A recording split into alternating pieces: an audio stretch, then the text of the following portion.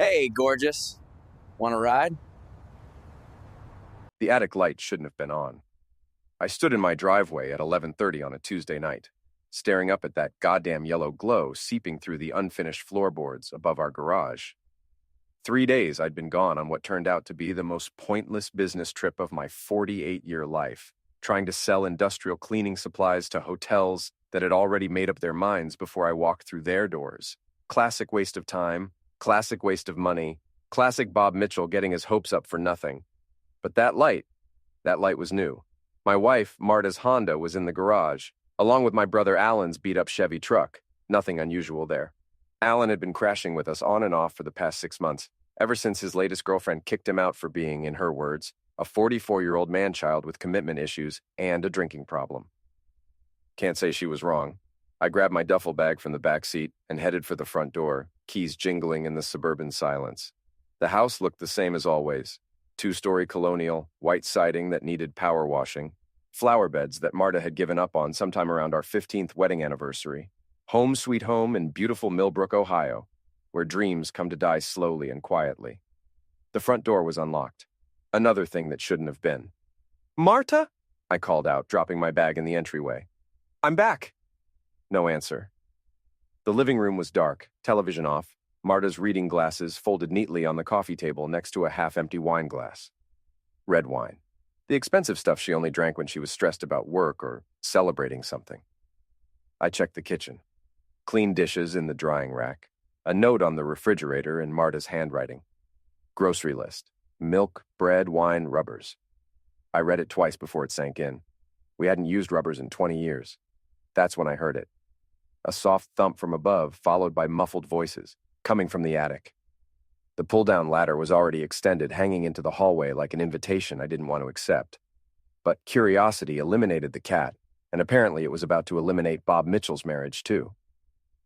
I climbed up slowly, each wooden step creaking under my weight. The attic had been unfinished for as long as we'd owned the house. Just exposed beams, pink insulation, and boxes of Christmas decorations. Or at least, that's what it used to be. Now it looked like a goddamn love nest. Someone had laid down plywood flooring, hung string lights from the rafters, and set up a queen-sized air mattress, complete with actual sheets and pillows. Real pillows, not the cheap foam ones we kept in the guest room. A mini fridge hummed in the corner next to a small TV on a folding table. Empty beer bottles lined the windowsill, and the whole space smelled like Zex and Allen's cologne. On the makeshift nightstand, I found a stack of greeting cards held together with a rubber band. My hands shook as I flipped through them. Happy Father's Day to the best uncle ever, in my daughter Amelia's handwriting.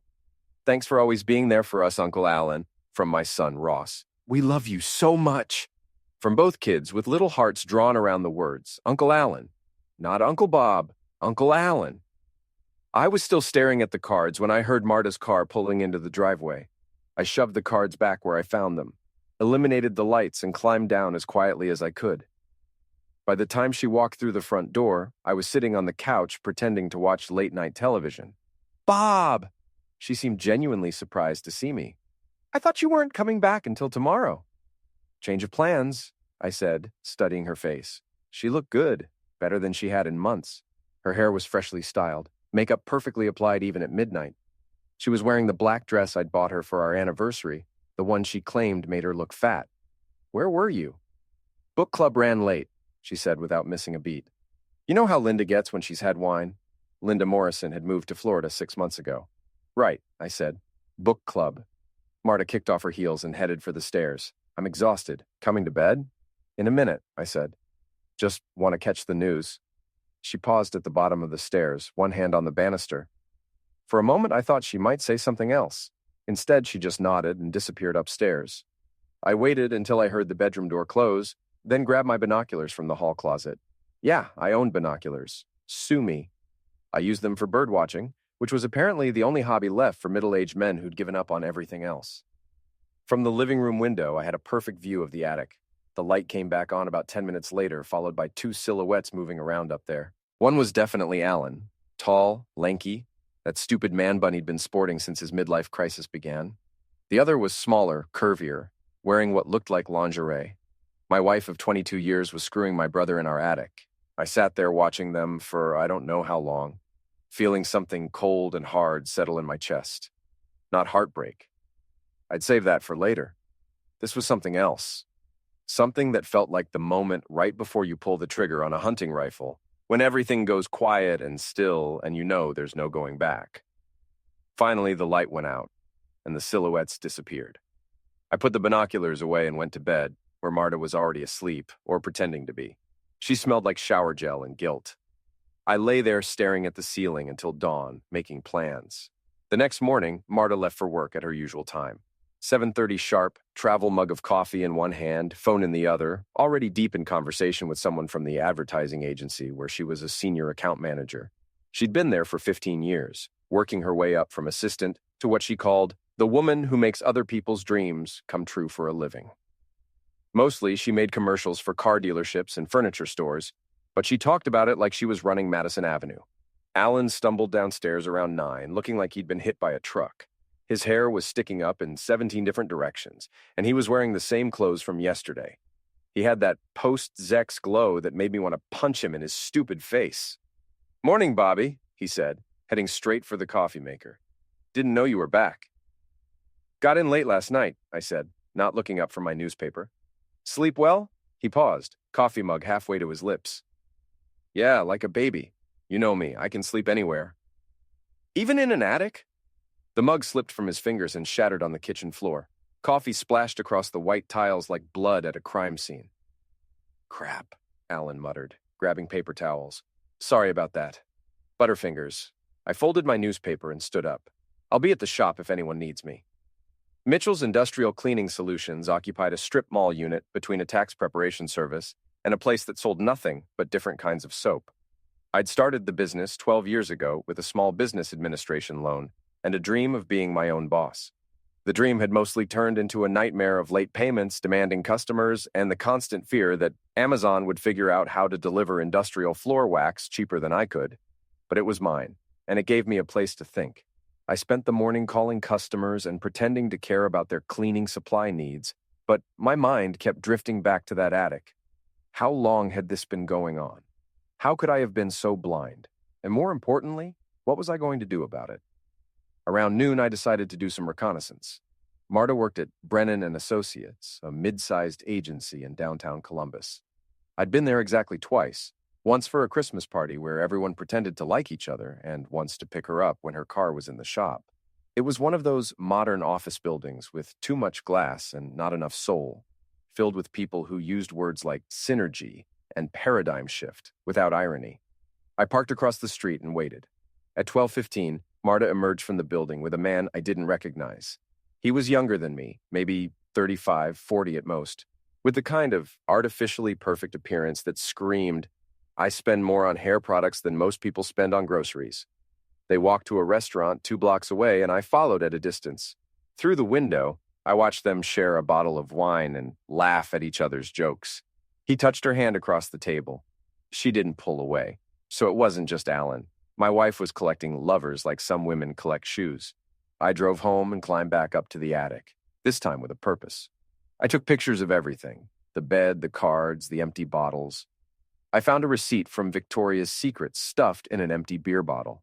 Lingerie, charged to our joint credit card. Marta had bought Zexy underwear and charged it to my account so she could wear it for other men. That cold, hard feeling in my chest grew a little bigger. In the mini fridge, I found more evidence. A bottle of champagne, Dom Perignon, the kind that costs more than I made in a week. A card attached to the neck read, "To many more adventures, love AP. AP Mr. Hair products from the restaurant." I was photographing the card when I heard Alan's truck in the driveway. I quickly put everything back where I'd found it and climbed down, pulling the ladder up behind me. Alan came through the front door carrying grocery bags. "Hey, Bobby, thought I'd cook dinner tonight, as a thank you for letting me crash here." "That's thoughtful of you," I said. "What's the occasion?" He started unpacking groceries. Steaks, asparagus, potatoes, another bottle of that expensive wine.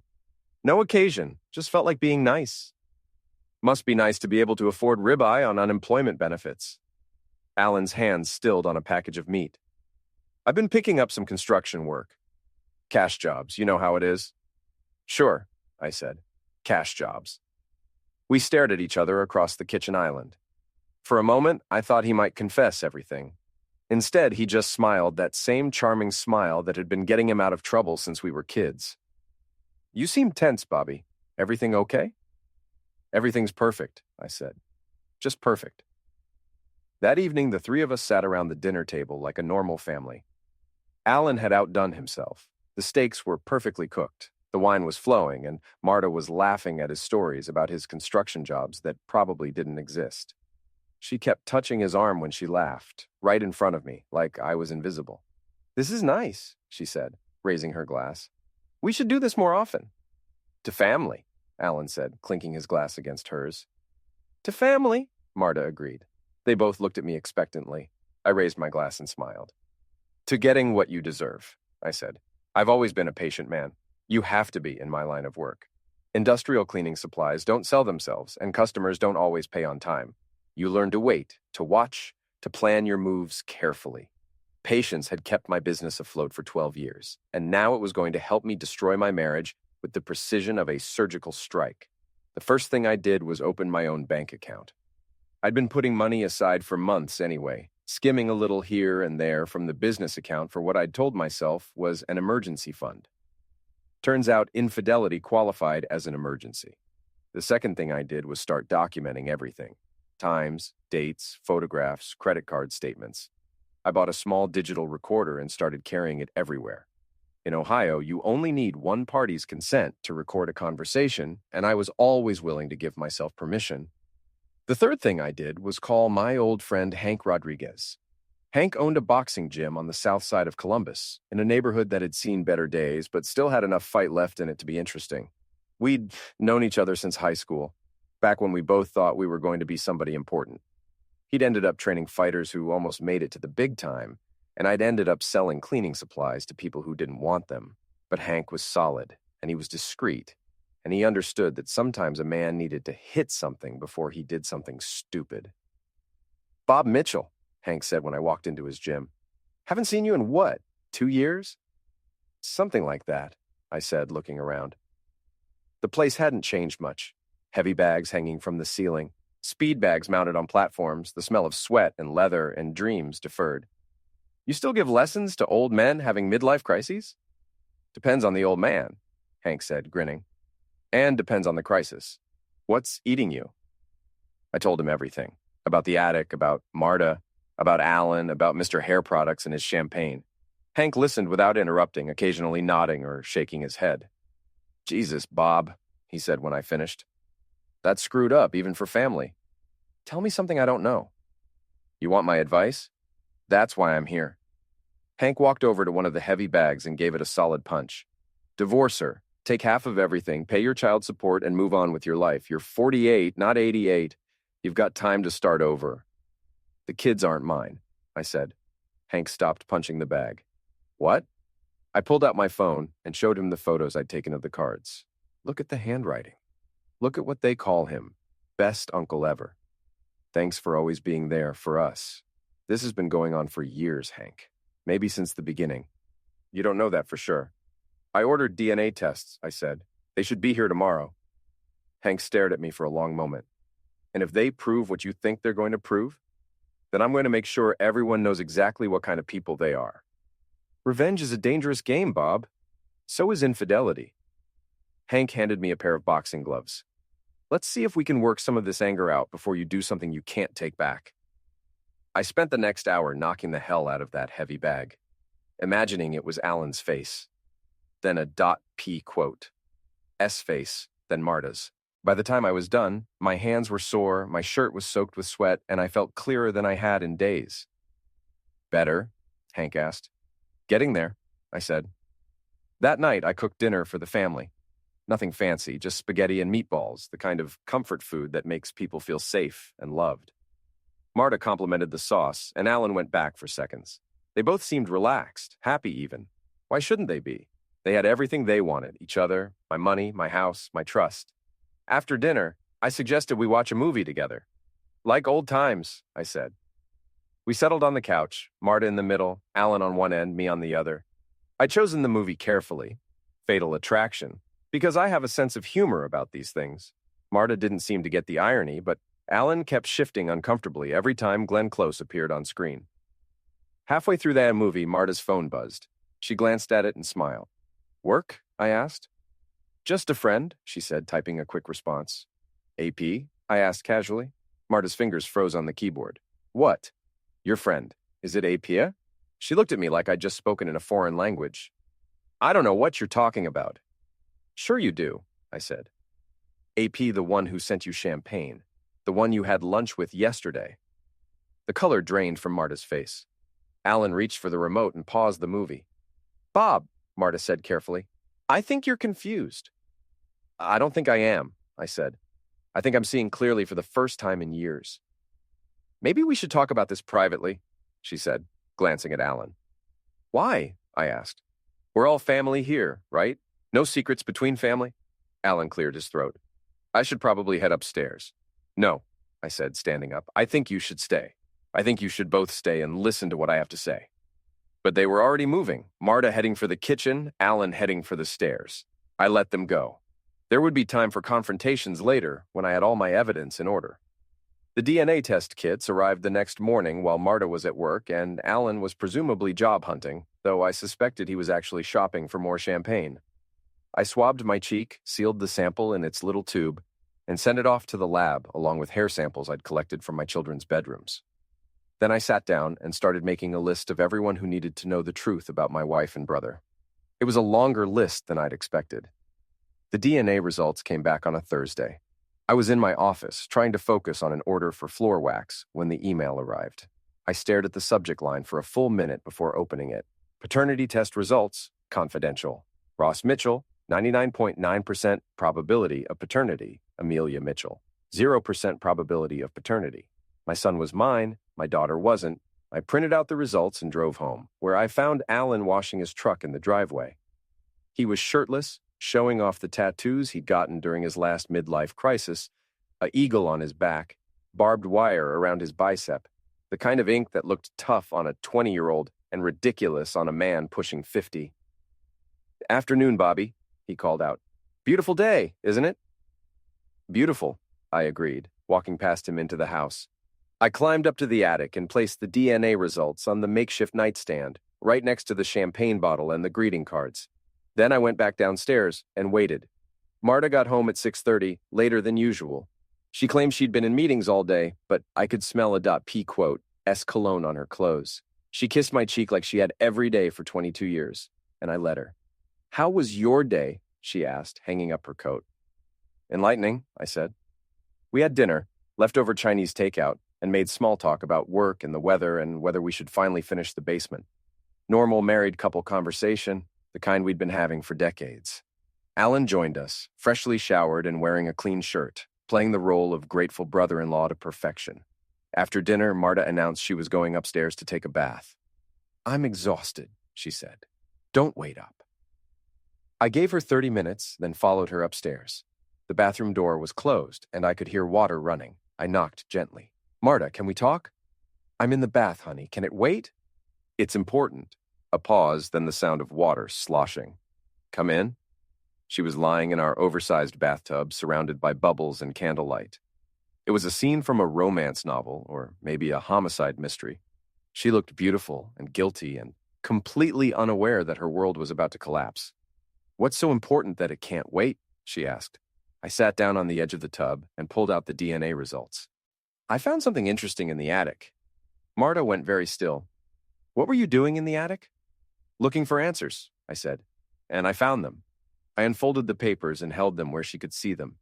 She read in silence, her face going through a series of expressions: confusion, recognition, fear, and finally, resignation. "Bob," she said quietly, "I can explain." "Can you?" I asked. "Can you explain how my daughter isn't my daughter? Can you explain the love nest in our attic? Can you explain AP and his champagne and your lunch dates?"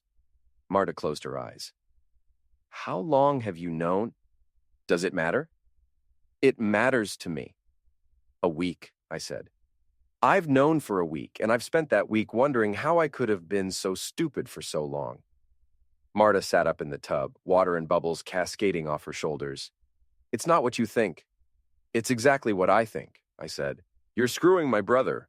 You're also screwing some guy from work. And my daughter, the little girl I taught to ride a bike and helped with her homework and walked down the aisle at her high school graduation, isn't actually mine. She is yours, Marta said desperately. Biology doesn't matter. You raised her. You love her. Does she know? Know what? Does Amelia know that her father is actually her uncle? Marta's silence was answer enough. I stood up and walked to the bathroom door. Get dressed, I said. We're going to have a family meeting. 20 minutes later, we were all gathered in the living room, me, Marta, and Alan. I'd called the kids and asked them to come over, telling them we had something important to discuss. They'd both sounded worried, which was appropriate given the circumstances. Ross arrived first. He was 21, a junior at Ohio State studying business, and he looked like a younger version of me. Same brown hair, same blue eyes, same tendency to worry too much about things he couldn't control. He hugged his mother and shook hands with Alan, then sat down next to me on the couch. What's this about, Dad? He asked. Let's wait for your sister, I said. Amelia showed up 15 minutes later, still wearing her work uniform from the restaurant where she waited tables to pay for community college. She was 19, beautiful in the way that young women are beautiful without trying, with Alan's dark hair and Marta's green eyes. Looking at her now, knowing what I knew, I wondered how I'd never seen the resemblance before. Sorry I'm late, she said, kissing everyone hello. We were slammed tonight. Some idiot ordered 50 wings 5 minutes before closing. Sit down, sweetheart, Marta said, patting the cushion next to her. When everyone was settled, I pulled out the DNA results and set them on the coffee table. I want to start, I said, by saying that I love you both. Ross, Amelia, you are the best things that ever happened to me, and nothing I'm about to say changes that. Ross leaned forward, studying the papers. Dad, what is this? DNA test results, I said. I had them done because I discovered some things that made me question, well, everything. Amelia picked up the papers and read them, her face growing pale. I don't understand.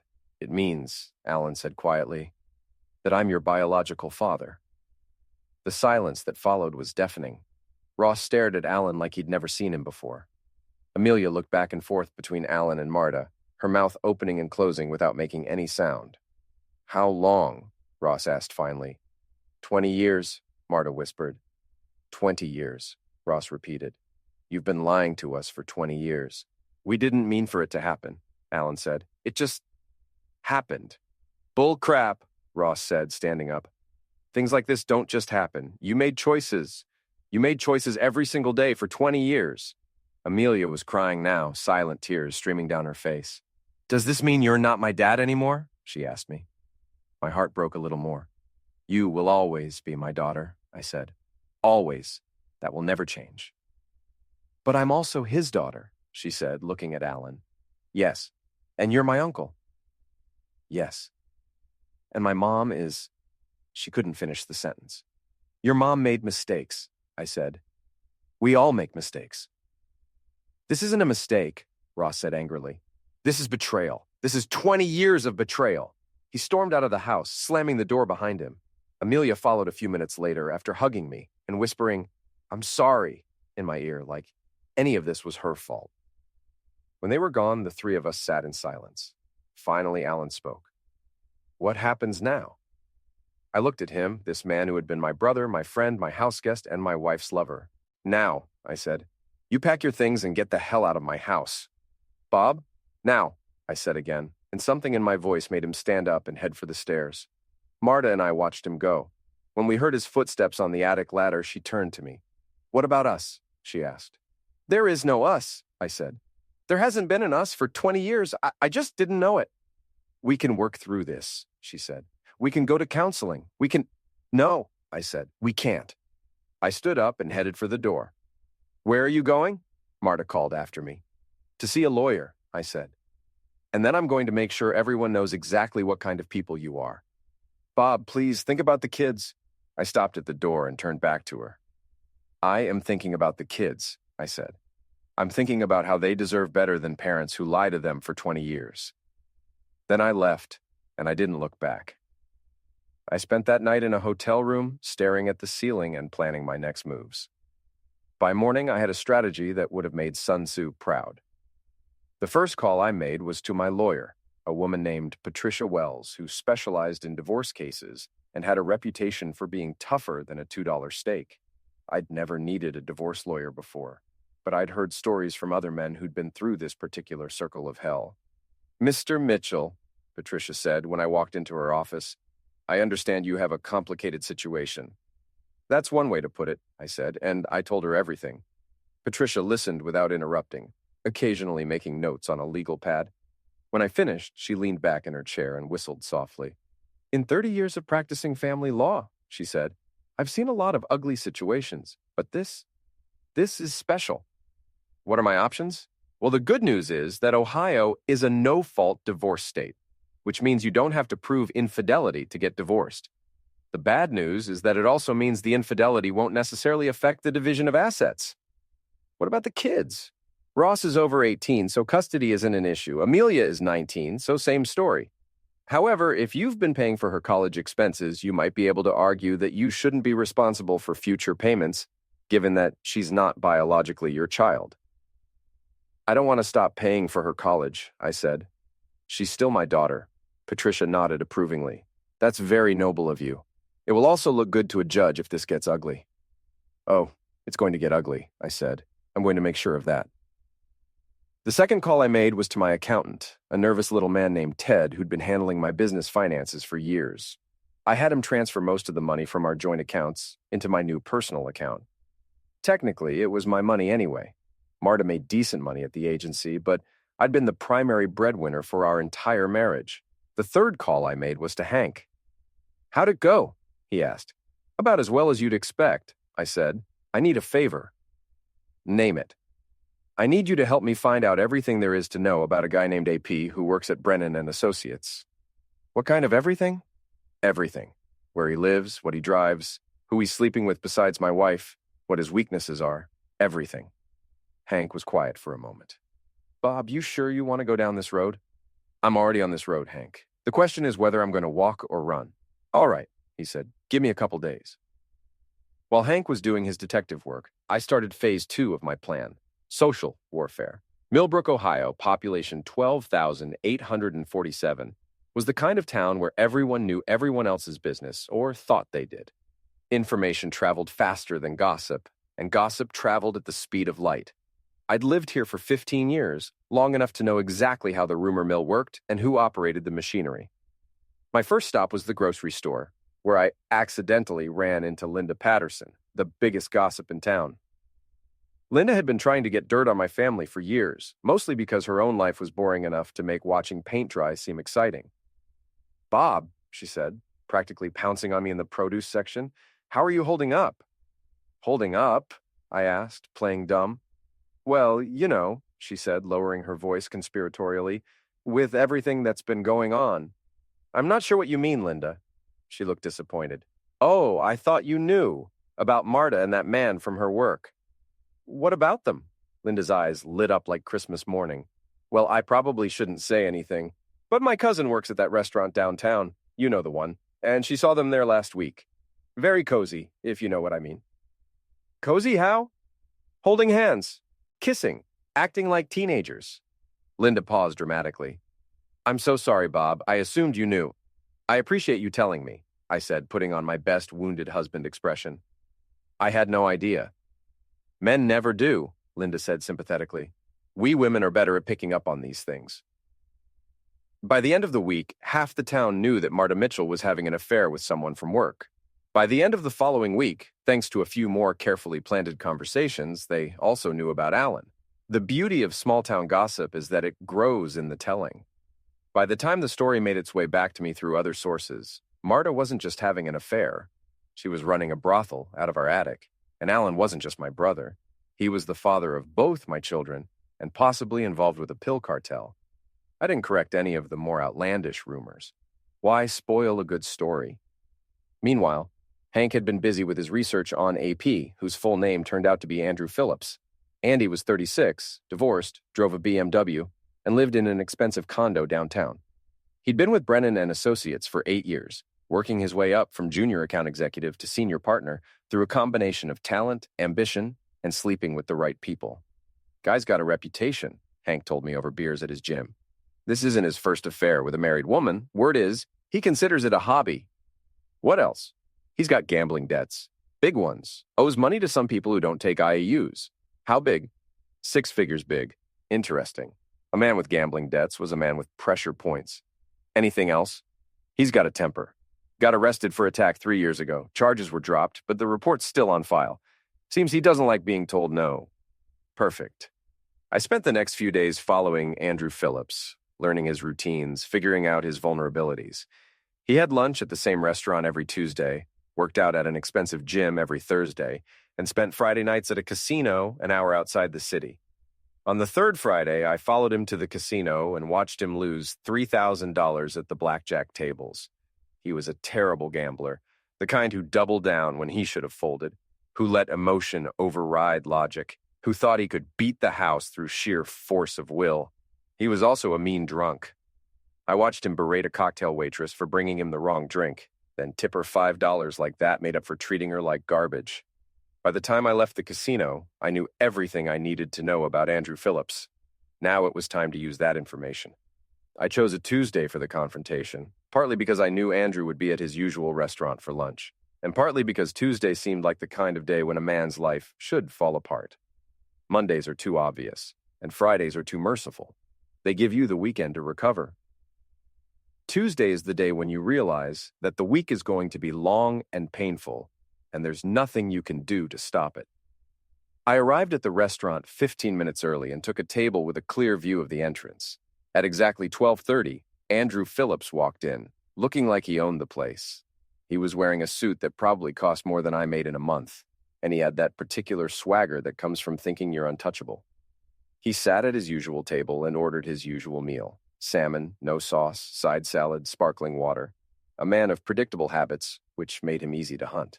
I waited until he was halfway through his meal, then walked over to his table. "Andrew Phillips?" I said. He looked up, annoyed at being interrupted. "Yes?" "Bob Mitchell," I said, extending my hand. "Marta's husband." The fork fell from his fingers and clattered on his plate. "Oh, crap. Mind if I sit down?" I asked, but I was already pulling out the chair across from him. Andrew glanced around the restaurant, probably looking for exits. "Look, Mr. Mitchell."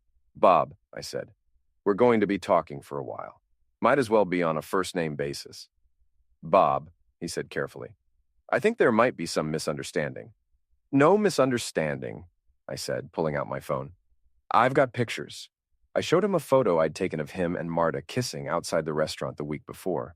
His face went pale. "What do you want?" he asked. "I want to know how long you've been screwing my wife." Andrew looked around again, clearly uncomfortable with my volume. "Could you keep your voice down?"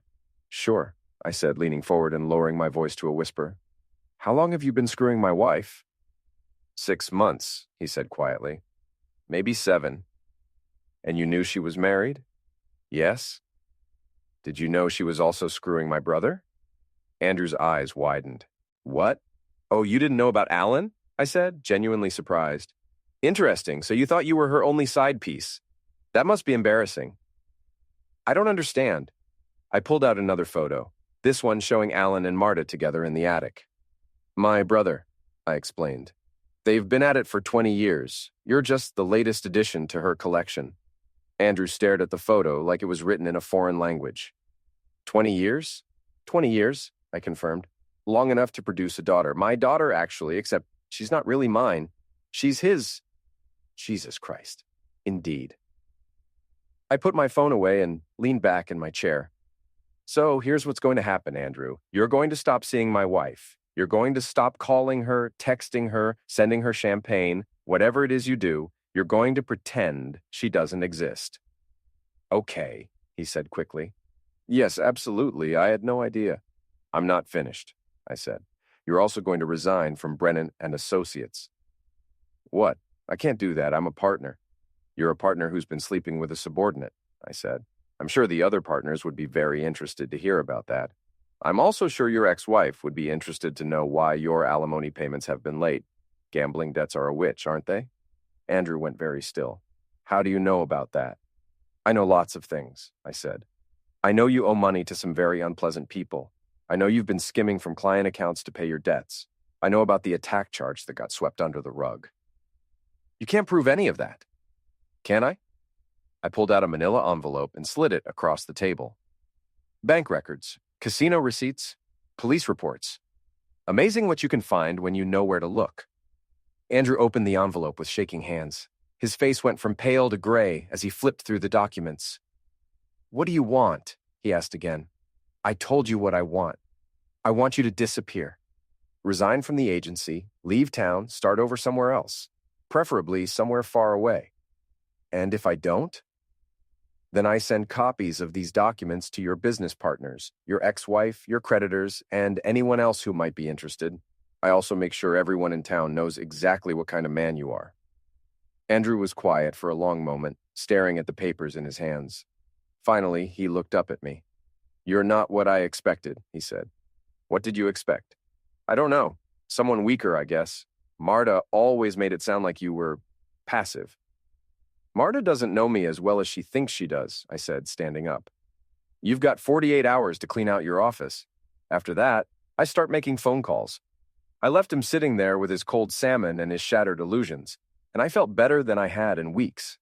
That evening, I went home to find Marta waiting for me in the kitchen. She looked like she'd been crying, which was a nice touch, but about 20 years too late to be effective. "We need to talk," she said. "No," I said, "we don't." "Andrew called me," she said. "He told me what you did." "Good. Saves me the trouble of explaining it." "Bob, please. I know you're angry, but—" "Angry?" I interrupted. "Angry doesn't begin to cover what I am. I'm furious. I'm devastated. I'm humiliated. But mostly I'm done." "We can fix this," she said desperately. "We can go to counseling. We can work through it." "There's nothing to work through," I said. "You've been lying to me for 20 years. You've been sleeping with my brother for 20 years.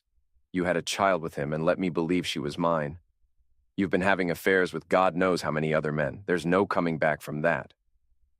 "I love you," she said, and for a moment she almost sounded like she meant it. "No," I said, "you don't. You love the idea of me. You love having a stable home and a reliable income and someone to take care of you while you play around with other men. But you don't love me." Marta started crying again, harder this time. "What about the kids? What about them? This will destroy them. You should have thought about that before you decided to turn our family into a lie." I walked past her toward the stairs, then stopped and turned back. "Oh, and Marta, pack your things. I want you out by the end of the week." "This is my house too," she said. "Actually," I said, "it's not. I bought this house before we got married. It's in my name only. Check the deed if you don't believe me."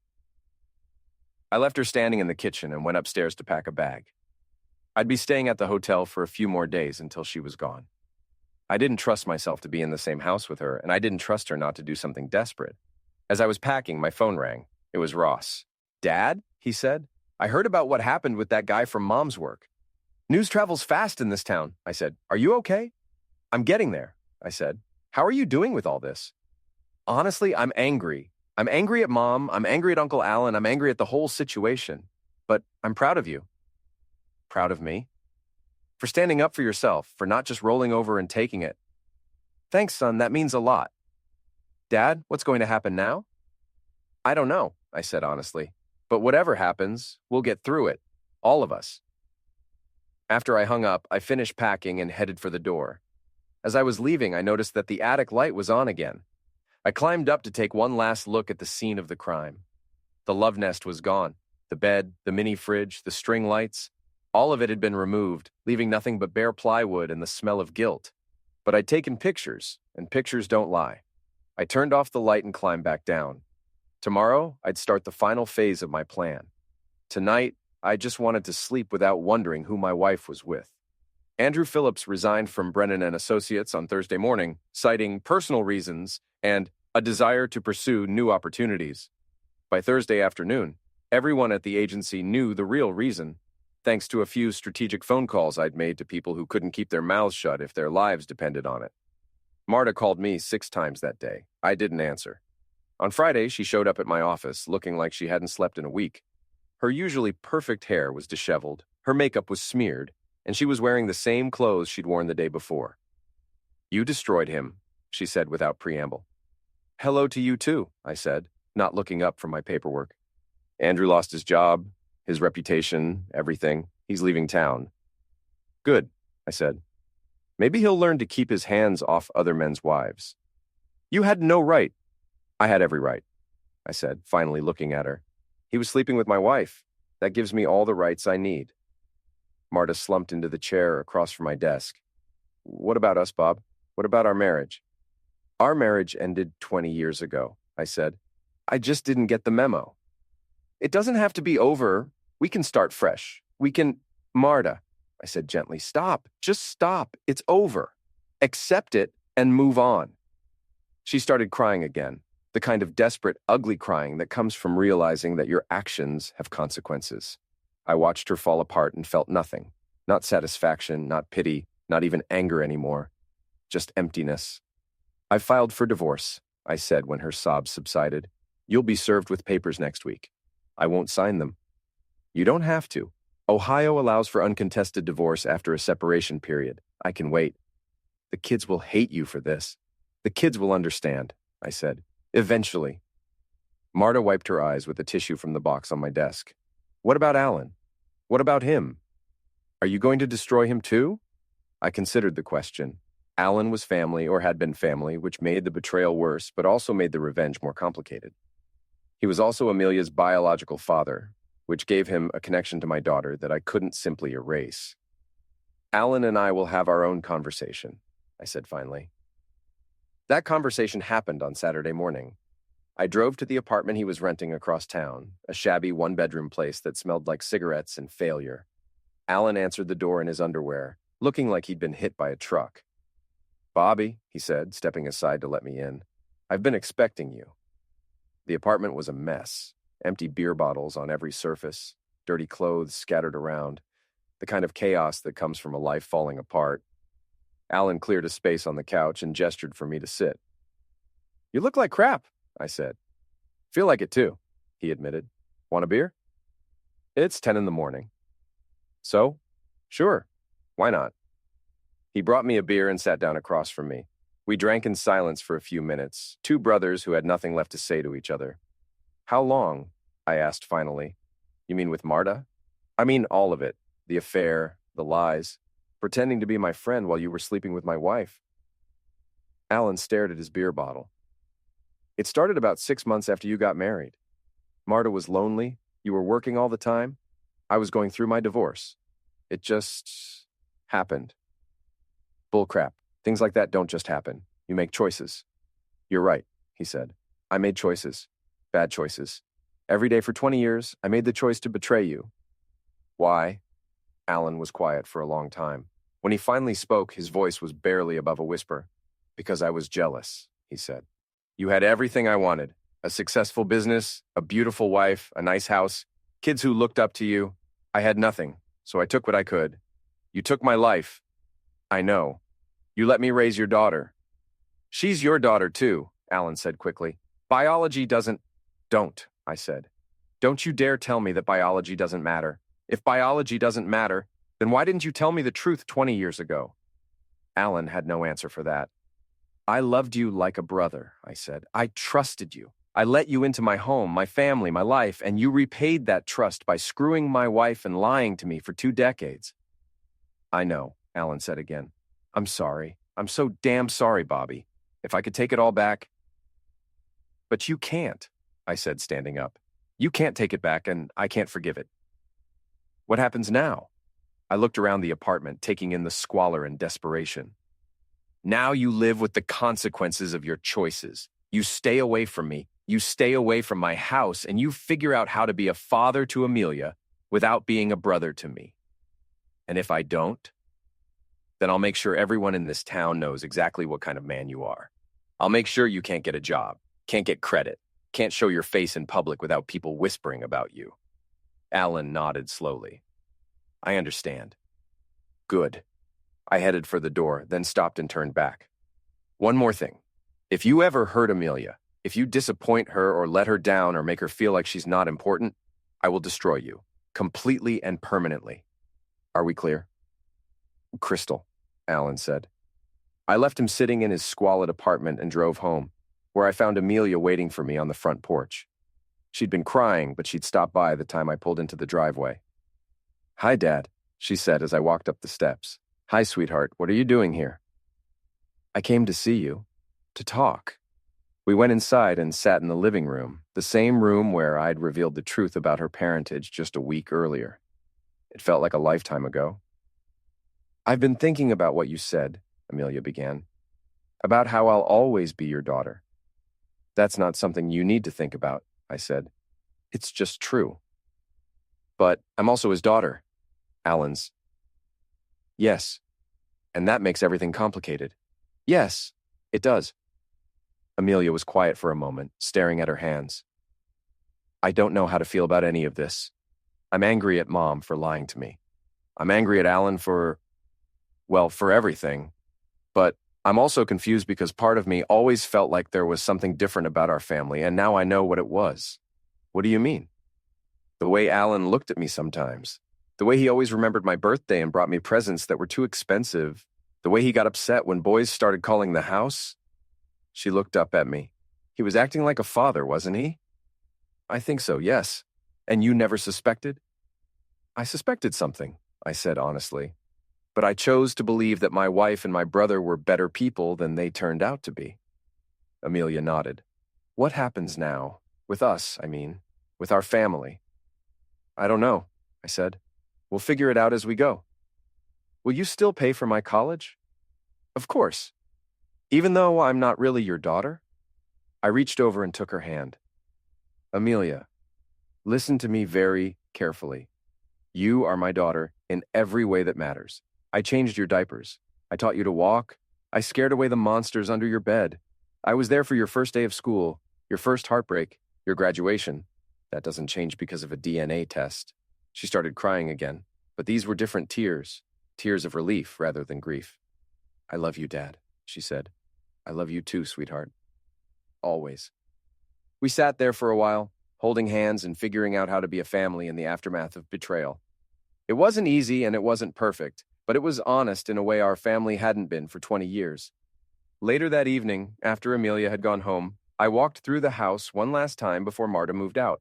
22 years of marriage, reduced to boxes and moving trucks. I found myself in our bedroom, looking at the bed where we'd made love and made plans and made the mistake of thinking we knew each other. On Marta's nightstand, I found a letter addressed to me. I almost threw it away without reading it, but curiosity got the better of me.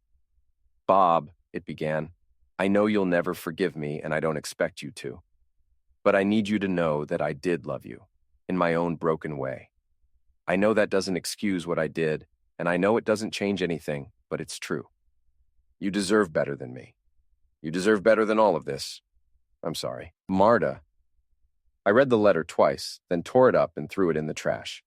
Too little, too late, and probably not even true. But it was something, I supposed.